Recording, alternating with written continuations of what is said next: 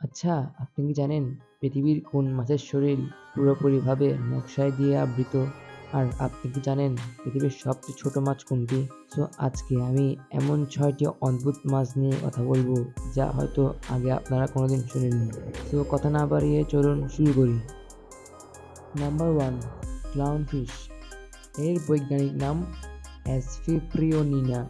এদেরকে সাধারণত ইন্দোনেশিয়ার প্যাসিফিক অঞ্চলে পাওয়া যায়। এরা সাধারণত ১০ থেকে ১৮ সেন্টিমিটার পর্যন্ত হয়ে থাকে।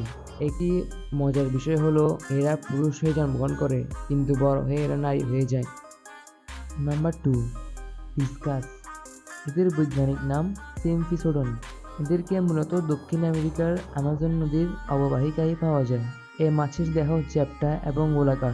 এদের শরীরের রং এবং প্যাটার্ন বিভিন্ন ধরনের হয়ে থাকে যা তাদেরকে অত্যন্ত আকর্ষণীয় করে তোলে। সাধারণত এরা ১৫ থেকে ২০ সেন্টিমিটার পর্যন্ত লম্বা হয়ে থাকে। নাম্বার 3, ব্লু ট্যাং রয়্যাল।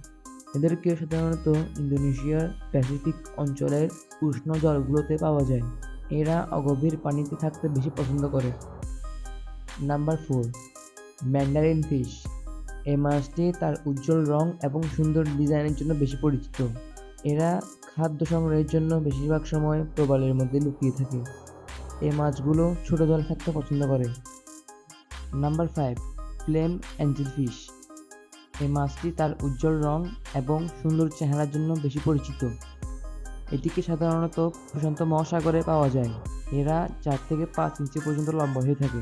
এদের আয়ু সর্বোচ্চ ১০ বছর পর্যন্ত হয়ে থাকে। শেষ এবং নাম্বার ৬টি হলো প্যাডোসাইপ্রিস হোজনেটিকা। এটিকে পৃথিবীর সবচেয়ে ছোট মাছ বলা হয়। এই মাছটির গড় আকার মাত্র ৭.৯৭ মিলিমিটার।